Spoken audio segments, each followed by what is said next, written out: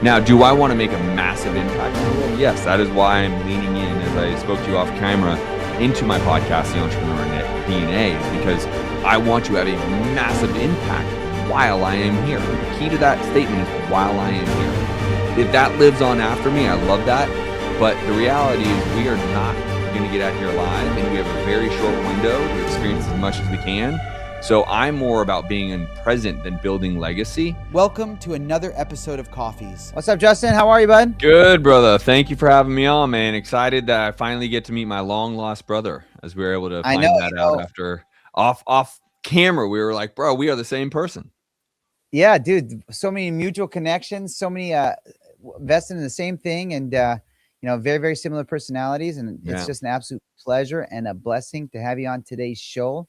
You are a legend in your own right. You've done a lot for entrepreneurs. You continue to innovate, and you're just continue to be an inspiration to so many. So thanks for jumping on today's show. I have a question that I like to ask everybody, especially high performers like yourself. What's your morning routine, my brother? So I take that part pretty serious. I had to mature a little bit to understand the power of your morning, but I would encourage any listener.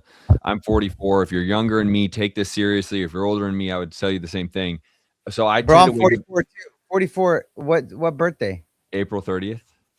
Okay, I'm August 30th. 4 months off. There you my go. older brother. I'm telling you, we're brothers just right here. So, listen, I wake up early, and the reason being is I wake up at 4:30, and for some that may not be early. I've heard people, I wake up at 3:30. Okay, I'm not comparing. I'm telling you why I want to do it is because I want to be able to have my time. I run multiple businesses. I'm a husband. I'm a father of two very young children at the ages of 2 and 5. And I don't have any of me time, right? I mean, the reality is the second I get out of this office, I'm going to go run into my family, and I'm going to grab my children, and I'm going to hang out with my wife, and I'm going to have dinner, and then it's bath time. So there's no like Justin Colby time. So where do I find time to hit the gym? Where do I find time to journal? Where do I find time to think? I think people undervalue thinking, right? I believe it to be one of the best things I do all day long is sit with my coffee and think. No phone, no email, no nothing. Just me and my thoughts. And I have a journal. I literally journal all the time. Another undervalued asset is I'm literally journaling all the time. And it's because I want to write down these thoughts. Some great, some useless. Doesn't matter. Want to write them down.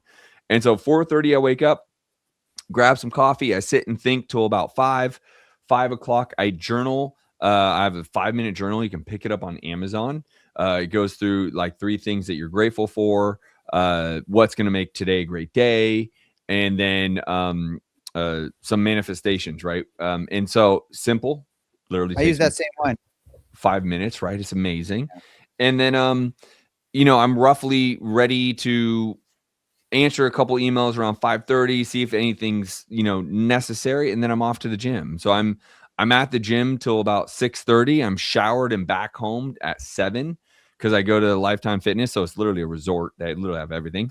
And I'm back home at 7. My daughter, who is turning 5, she's usually up around 7:20 to 7:30, making breakfast, getting lunches ready, walking the dog, getting her to school. I pride myself and I take my daughter to school every single day.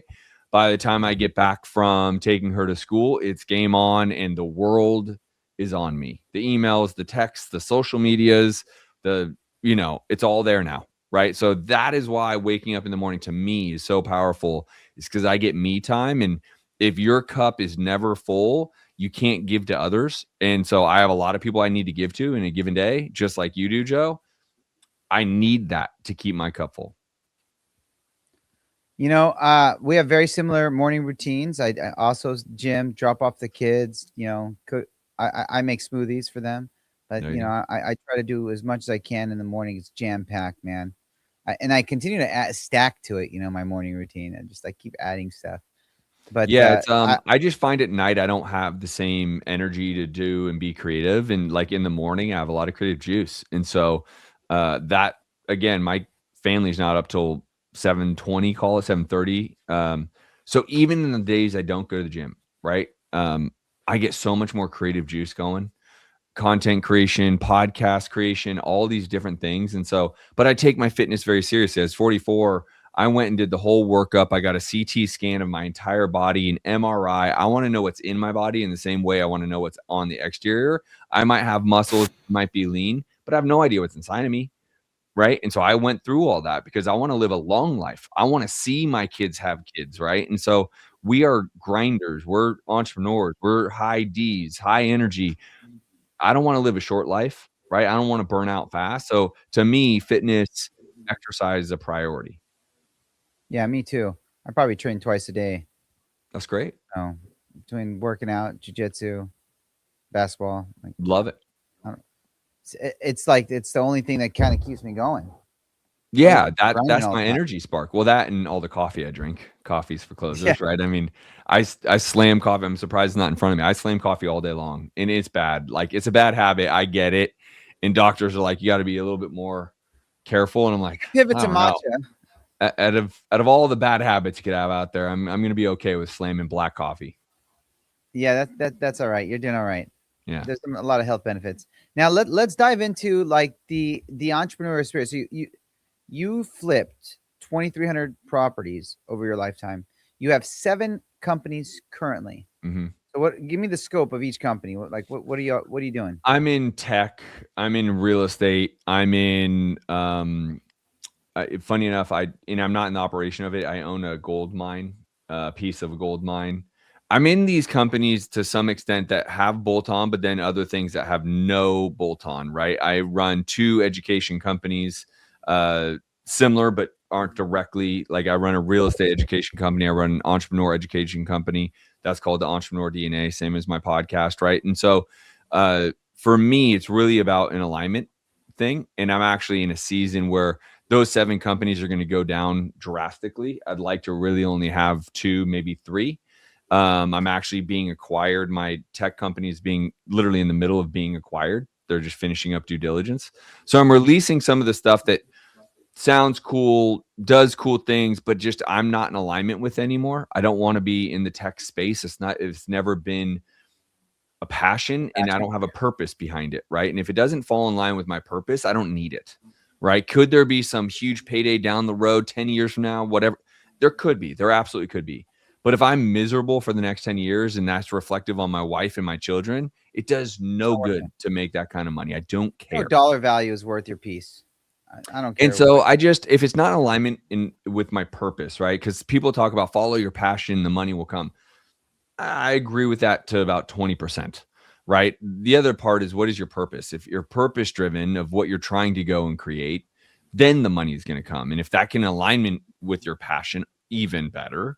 But I can tell you, little Joe didn't grow up and say, I can't wait to be the biggest, baddest loan officer in the entire planet. Little Joe didn't have a passion for that, right? And so I say all that just to say, like, where I'm at today and in the bio today is real time changing. And I actually find that to be a source of peace. I think there's a lot of people that hold on to things too long, and this is my identity. I've been a real estate investor for 20 years. 20 years I've been doing the same thing, flipping homes, wholesaling, buying rentals. You've heard about apartments, storage facilities, the whole thing. Okay, I no longer want to be known just for real estate. I want to be known as someone who facilitates, someone that brings people together, someone that helps other people and offers value to the entrepreneur space. That is more in alignment with who I am today than real estate is. I'll forever do real estate, don't get me wrong. But what am I known for? What is my brand is real time changing because of what I've been able to create through this great platform that you and I have done very well on, which is podcasting. You know, we are fortunate enough to have made our wealth through real estate mortgage. Obviously, we're kind of in the same space, but our purpose isn't this, right? This is where we really find that we're contributing to society. Yeah. I mean, we contributed, we made real, the American dream come alive for many, many people and yada, yada. And that was cool. But you and I think we're both in alignment on this, is like, this is our purpose. Like, we really are changing lives, helping a lot of people, making people's lives better. I was getting like fan emails, which is people in hardships, like, what can you, or whatever, like stuff that really touched my heart, like, oh, that they're like tracking us and listening to us and really like we're influencing them and making them better people. And they're, that stuff to me is really like, that's legacy stuff. Yeah. For me, I'm at a weird moment where yes, I'm interested in legacy. It is not my driving purpose. And I know a lot of our mutual friends, it's all about legacy and building this legacy. I realize one thing is with 100% certainty, we're not making it out of this trip alive. Nope. Right. So while I am here is more important than my legacy. Now, do I want to make a massive impact on the world? Yes, that is why I'm leaning in, as I spoke to you off camera, into my podcast, The Entrepreneur DNA, is because I want to have a massive impact while I am here. But the key to that statement is while I am here. If that lives on after me, I love that. But the reality is we are not going to get out of here alive, and we have a very short window to experience as much as we can. So I'm more about being in present than building legacy. That can happen, and that is great. It is not my driving force. And I know that's counterintuitive or what's the word? It's against what a lot of us in our space kind of feel like, oh, we're trying to build this big legacy play. Cool-ish, just not really what I'm here for. I'm here to actually be present in the moment. And make an impact. Yeah, for me, it's more like just being of service. This is where we could be of service and do God's work and have a plan and voice an opinion that's, in a society where the world's kind of gone mad with so many different false ideologies.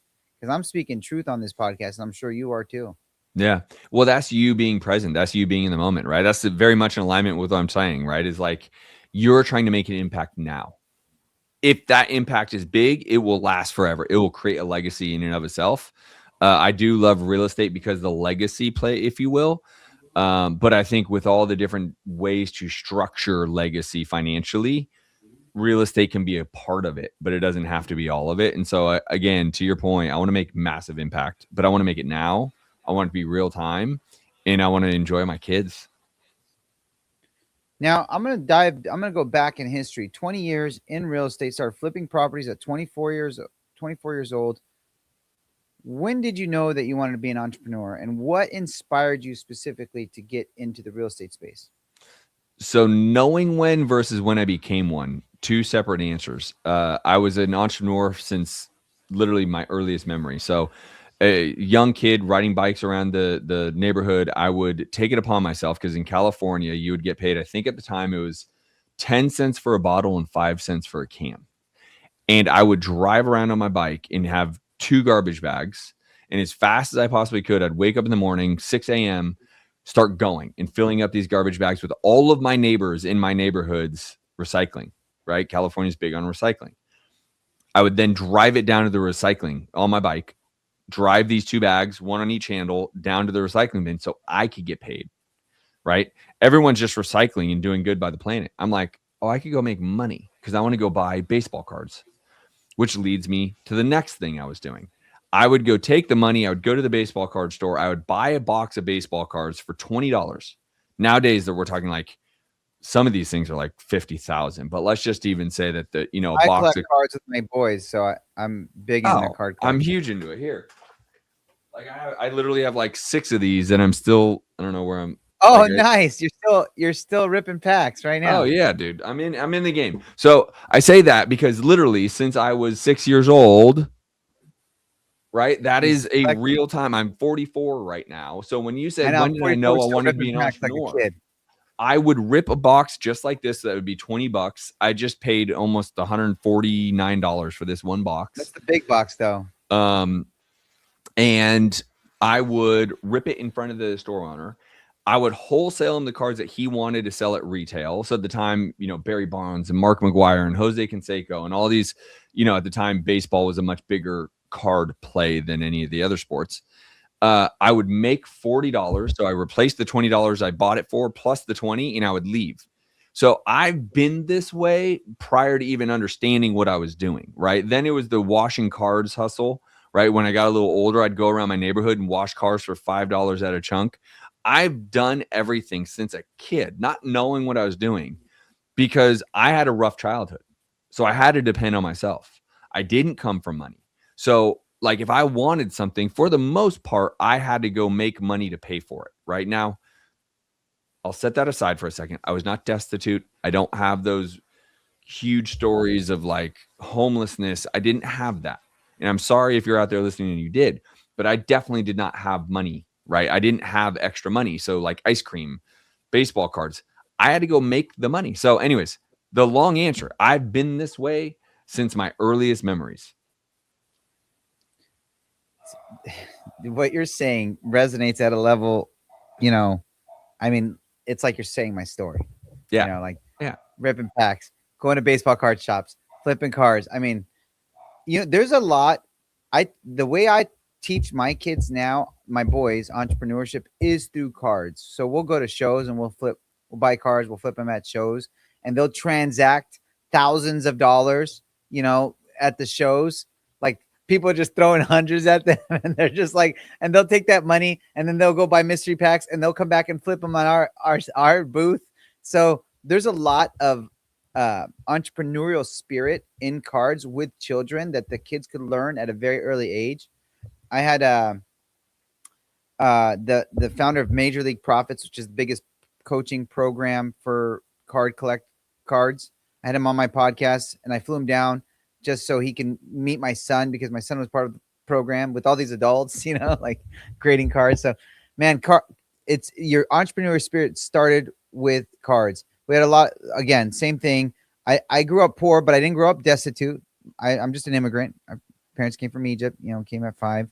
So very, very similar with how our journey started in the entrepreneur space. But what's even more intriguing is that we both experienced 2008. And when 08 hit me, I owned my own mortgage company, and it was an absolute crash. I lost my house. I lost my business.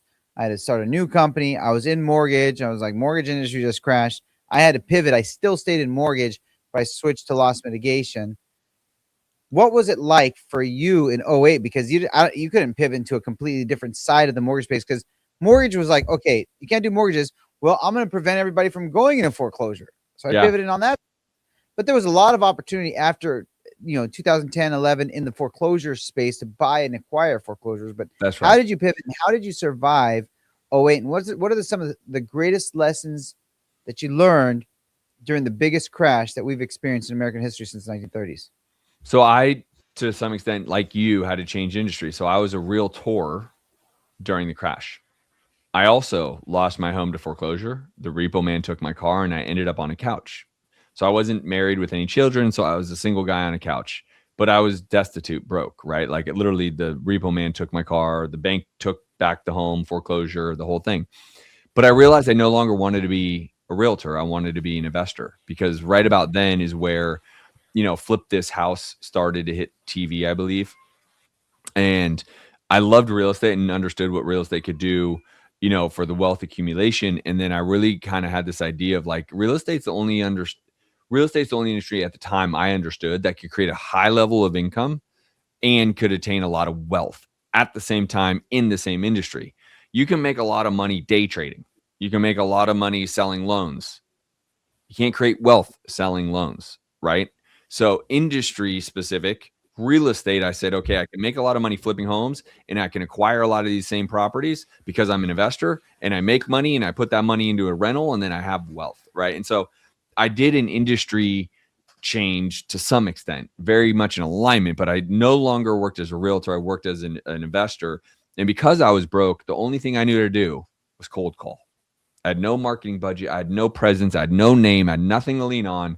I had a phone, which my friend had to pay my monthly bill, by the way. And I had coffee.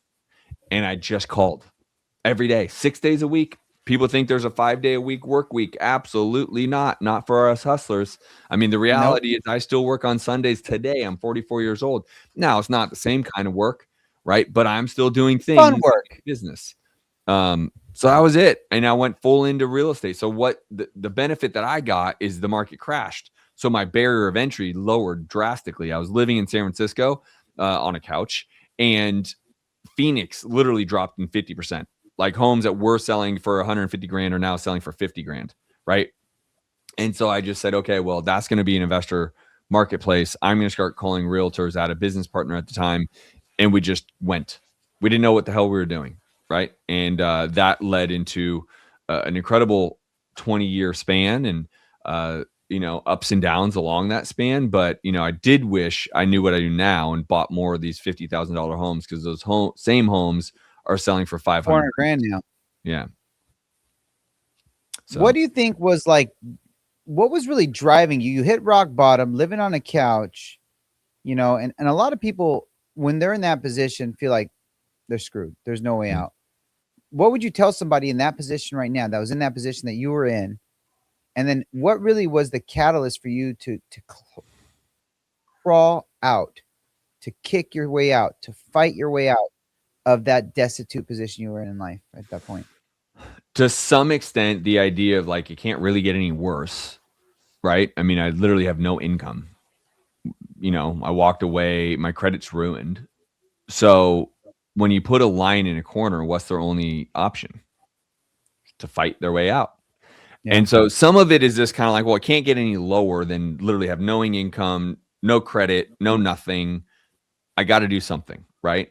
The other part of it, it was innately as a trait that I have, is this kind of shoulder shrug mentality that not that bad, right? I'm at the lowest of lows. Not that bad. I can go create more. Now, that's not teachable. I can't go out and podcast and teach that. But what I did know is I had the ability to go create it again. I created it once. I could go create it again. I just needed to learn the vertical I was in, which was fix and flipping. And if someone's out there listening to this and is on destitute's doorstep, right? Like I was, right? You've just lost it all. It all came crashing down. It's never as bad in your head as it is in real life. What you make it to be is worse than the reality it is played out on the field. And the reason why you're able to say that is because if you play the whole game, you'll look back and say it wasn't that bad. In a moment in time, it feels like death. It feels like your life is over. But what you don't recognize is the same way you felt when you lost your high school sweetheart because you thought you were going to last forever. In that moment, it is catastrophic. Your life is over. You are embarrassed to go show your face on school again. Everyone is ridiculing you. You are done. And then you grow up and you look back at that fondly and say, God, what a cute kid I was. How adorable were we as a couple? I promise everyone listening, as Joe is laughing to himself, that is the same concept that happens in business. When you are going through it, when you're in it, you feel like it's over and you give yourself enough runway on the field and you play enough of the game, you're able to look back at that and say, well, I made it through that too, and it wasn't really that bad. And there's no way for someone to really believe me or Joe in this example until you go through it and you come out from it. And you go, oh, shit, they are right. But it's also why you hire coaches. It's why you're a part of masterminds. We talked about a mastermind, Joe, you and I, our friend Dan runs. Like, that's why, is you want to get ahead of it and you want to learn from people who have gone through it so you can get a buddy to grab you around the neck and say, dude, you got this. Not that big of a deal. I'll give you some things and tools and resources and people to help you out, but you're going to get through it. Just keep your head down, keep focused, keep going, adapt, iterate, right? So I listen, it is a privilege that we have to go through our problems, Joe. It's a privilege, which is counterintuitive to what most people would think. And the reason why it's a privilege, because you know what's really fucking hard? Living in Haiti with no clean water and no food. That's really hard. Living in a hut that doesn't have a roof, basically just 4 brick walls. And I've been to the DR a lot. Like the DR and in Haiti butt up against. Like I've been to the poorest parts of the world. That is really hard. Having a bad business deal or a bad financial time or a bad economy doing what we do, not fun. But it's a privilege to overcome that, because what that will do for you is it'll prove to you what you can do. And the person who crumbles will only go deeper in crumbling because now they've lost all sense of confidence to know that they can go do hard shit and overcome hard shit. You know, you talk about privilege. Like, we are so privileged. Like, I say this all the time on my podcast. It's like, I get to sit with some of the most brilliant people who have suffered the most and I get this one-on-one coaching call with them. And if nobody's listening and nobody benefits, I benefit the most. I get such incredible mentorship from these podcasts and the relationships I build. And if people don't seek mentorship and they don't seek because if they're just sitting there dwelling, because we know that there's green pastures ahead. We know that we just got to make it through. We know that God never gives us more than we can handle. But if no one's kind of instilling that in your mind, it's hard to overcome. Now, hopefully people are listening to podcasts or they're doing something that enables them to have that fortitude and that strength and that mental tenacity. But the average person is not thinking like that. The average person is suffering internally. They're not looking for mentorship. They're going, I'm screwed. This is my life. Look where I live. Look, I'm poor. My parents, this, that, the other, a million excuses. And they're just this why me mentality. And to that person. Yeah. And the other component of that is they think the answer is quick. And you and I both know, Joe, 2007 and 8 happened. The rebound wasn't quick. The rebound has been great in the real estate space. If you really look at it, we are well beyond where we would have been if we just would have kept at the same trajectory of 2005 and 6. But the reality is people want to go make this change and get the result quick. And so I use a lot of times this idea of, the gym and fitness. Like you got to play the long game in all this. You can't go to the gym for a month and expect to have a six-pack, right? And then there's all these bolt-on or variables and nuances like, okay, well, now you are being consistent at the gym. What are you eating? Right? So now you got to watch your diet and intake and calories and protein versus carbs. So I just say all this, say like, if you're at that moment, but you're ready to make the change, you need to be ready to make change, but also don't expect the result to happen overnight, right? Don't expect for you to leave the couch. And that's my story. I was sleeping on a couch. It took me 9 months to get my very first deal, 9 months. But you know what I didn't do? I didn't quit. I didn't give up because I saw people doing the very same thing I wanted to do. I knew because I saw it, it was real. I could do it. I didn't have to have some, business degree to go do this flipping home thing. I saw them doing it. So as long as I didn't quit, I was going to get it done. And that would be the bigger highlight that I think people need to focus on is make sure you are someone who has the stamina to stay in the game. This is why I talk about purpose over passion. Passion can only take you so far. When the storm comes, and the storm always comes, I'll remind you, the storm always comes. When the storm comes, your passion can waver, right? Like I use the example of I love ice cream. Love it. Do I want to go run an ice cream shop 7 days a week, 15 hours a day? Absolutely not. But I'm passionate about I love it, right? So you got to purpose over passion. And you want to create purpose in alignment, hopefully, with your passion. But if it's big enough, you'll keep going through the storm because your purpose of doing it will see your way through. You'll be convicted. You talked about being committed to the gym, and it brings up a point. I actually experienced this today. So I train with a personal trainer a couple days a week, and I only train 2 things: deadlift and squat, Mondays, Tuesdays. And today we were deadlifting 295 pounds. My trainer says this to me. He's like, once you get to the really heavy weights, your technique is everything. So my technique, I've been training this for years, and my technique still is off with the heavy weights. People don't understand the level of intensity and how hard you have to work and how precise and how not only consistent, but now to your point, now you're eating. Now your technique has to be perfect. Now it's you want to get to the big leagues. Now master your technique. And that relates to everything in your profession. That relates to everything in your health. That relates to everything in your fitness protocol, your goals. Your technique has to be precise, consistent, and that level of dedication and commitment is another level. And people have to understand that once you get to the big leagues, your technique has to get even better.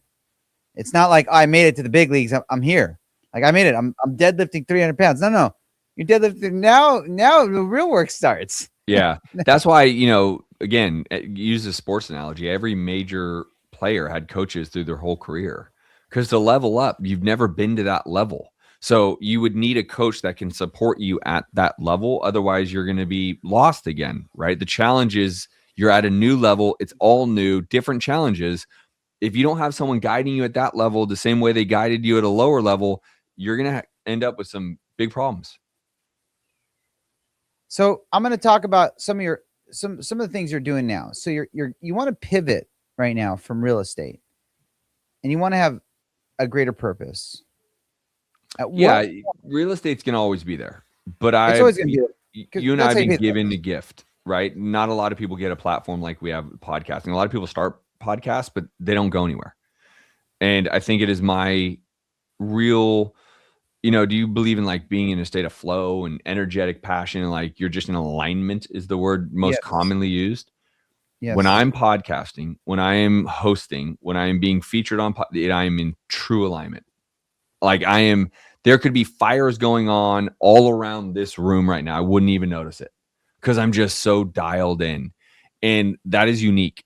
And in the last 20 years, I don't think I've really ever felt it in the way I'm feeling it in this last 2 years, because the Entrepreneur DNA podcast launched 2 years ago, right? And it has just been on a rocket ship the whole time. And so I'm not willing to ignore that calling and that feeling anymore. So while I'll always do now bigger, apartment type deals, I'm not willing to ignore this energetic alignment and flow that I'm in, and I'm going all in on it because I have a great Rolodex. I know a lot of people who can make a lot of impact, and we just talked about legacy. That ultimately could be the legacy that I leave, is I brought all these brilliant experts in their field of expertise to the marketplace to help other entrepreneurs win the game of entrepreneurship. We have the same vision, the same goal, and another exact thing we both started 2 years ago. No kidding. Yeah. And it's been on a rocket ship the whole time too. Yeah. So it's like, talk about alignment, we're in a state of flow. This is where I find my passion. I just, again, I'm the CEO, the founder of the company. My partner runs the whole company, having a big department meeting. All the departments are there. I'm like, I don't want to go there. I'm going to do this. Like, I'm in alignment here. Like, this is what I do. I grow the company. I grow the brand. I'm in alignment here. This is my purpose. I don't need the minutia of operations. Totally. That's like my drag. I'm not that guy. I had to take we talked about a bad real estate deal that I did. It's because operationally, I'm not that guy. I took my eye off the ball, and that's okay. But I was able to recognize where my strengths and weaknesses are. And I just said, I don't want to do that anymore. I was basically working against my natural ability, if that made any sense, right? So if I was always meant to be a quarterback, I was playing running back. And it's kind of like, that's not my highest use of expertise. This is. Yeah. It's not your talent. There are people who are they are operators. Totally. That's what they do, and that's the yin and yang of running any big business. I'm fortunate enough to have found that yang for me. Best friend from high school, and he's always been that way since we were kids. Yeah, it's great. And I've always been this way. Lucky you. Yeah. God is always good, man. He's watching out. I know you're very, very busy, and I want to wind this down. And I got a couple very, very serious questions for you as we wind down here. What is a personal goal, Justin, that you have for yourself? A business goal that you have for your business? So my personal goal for my business is I want to get my community, the Entrepreneur DNA community on School, up to 100,000 entrepreneur members, because I will continue to do a podcast a day with experts in their industry to pour into the members, so that instead of being the Justin Colby lost on a couch, you can learn from the person who's going to be able to teach you and engage with that same person and talk to that same person. And they're not untouchable because I'm asking them to engage with you, and I can make a bigger impact on the entrepreneur space. So 100,000 members in my group. I'm not going to say when, because my fifth principle of success is you never put a time frame on the result you're trying to achieve. So as fast as I can get there, I'm going to get 100,000 people in this group. And the group is live? The group is live. Yeah. You guys are the first to really even hear about it.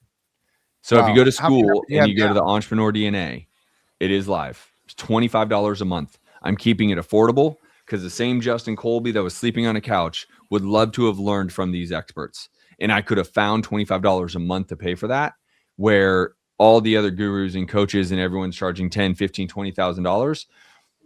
I'm not going that route. I want to lead with value first. And let me ask you that school program you've launched, you're basically doing kind of like a podcast or interviews with experts every single day? No. So we'll do 2 to 4 of those a week. Like tonight in 15 minutes, we will be doing one. Tonight's call is about a LinkedIn expert because social media is a must have. And this individual understands how to build yourself and frame yourself so that you can make more sales and grow your business specific to LinkedIn. Thursday will be about your habits and priorities that you do each and every day are the reason why you're successful or not. So what are your habits looking like, right? So all these experts will be coming in, but they'll be teaching. It will not be an interview. It'll be genuine teaching their expertise and then open Q&A.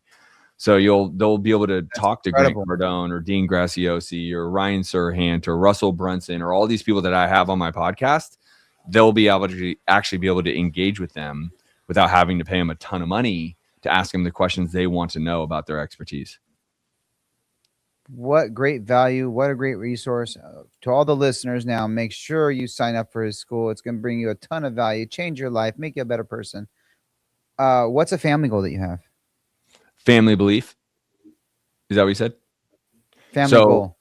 Oh, family goal. I have one priority: to spend as much time with these little kids as I possibly can to raise them into the best people. And I know that doesn't sound unique, but I am old enough to realize the value of young children and how short-lived that very young age is and how cute it is. So my biggest goal is to make sure that they're well taught, they're well mannered, they understand good and what is right and what is wrong. It's all I really care about. And to be a loyal, loving, supportive husband. Because my wife, listen, I fight business dragons all day. They're business dragons and I fight them every day. My wife has these 2 kids all day long. And I promise you this, I could never trade jobs with her ever. I have no desire to. I'm not built that way. But what she does, she's the real hero in the family. She's the one that makes it go round. She's the glue. She's the rock. I try to applaud her every chance I possibly can, because I could never do what she does. God bless, man. That's amazing. I did forget to ask you one question before I finish. My last question is, how are you instilling that same level of grit, tenacity, work ethic in your children now? Because they're growing up in a life of abundance. And that's how I grow up. Yeah. It's challenging for sure. Roller skates, for example, this weekend is my daughter's birthday. She got a pair of her first roller skates. She's 5 years old. So how I'm teaching this is to not give up, right? She obviously, it was very hard for hours, but I just stayed with her and was intentional and kept looking her in the eye and kept picking her up and say, you want to ride these things, then you're going to have to learn how to ride them. And you don't quit and complain, want to take them off. No, you want to ride them. So we will learn how to ride them. It just takes time. And so I'm teaching them through the mindset that it takes because the world is tough. Well, so is learning how to roller skate at 5 years old, right? And so as long as she can overcome that and learn to keep going, this morning was another brilliant moment. When I drop her off at school, I say, make it a great day. Why? And then she has to say, because I can choose to make it a great day. She has to say that back to me every single morning. And then this morning, she's leaving the house and she tells her 2-year-old brother, who barely is talking, hey, Jace, make it a great day. Because why? And he can't say the end of it. But because I've said this to her every single day, she's trying to embed that into my 2-year-old son. And those are the moments that you go, I'm doing something right. I don't know it all when it comes to parenting, but I'm doing something right. I like that. I'm going to steal that. That's why I love this show, because I get to take so many great tidbits from these brilliant people like yourself. Last question. Yeah. When you're in front of the pearly gates, what do you think God's going to tell you? Well done. Well done. You left it all on the field. You did what I asked. You led with your heart. Well done. Justin, you've been a pleasure to have on the show. If people want to connect with you, how can they find you? Instagram's my best platform. Please let me know you heard me here. So the Justin Colby That's it. The Justin Colby. Say you heard me on Coffeez for Closers, Joe's show, whatever. I will say what's up. I don't have bots in there. I don't have all that jazz. It is really me communicating with you. And then I would tell you, go check out the school program. The Entrepreneur DNA on School is $25 a month. If you are an entrepreneur, if you're an aspiring entrepreneur, if you're a veteran, grizzly veteran entrepreneur, I'm bringing the best in the space to help guide you in each vertical. Let's go. Justin, God bless you. Hope you crush every single one of your goals. You've been an absolute pleasure to have on the show. Appreciate you, Joe.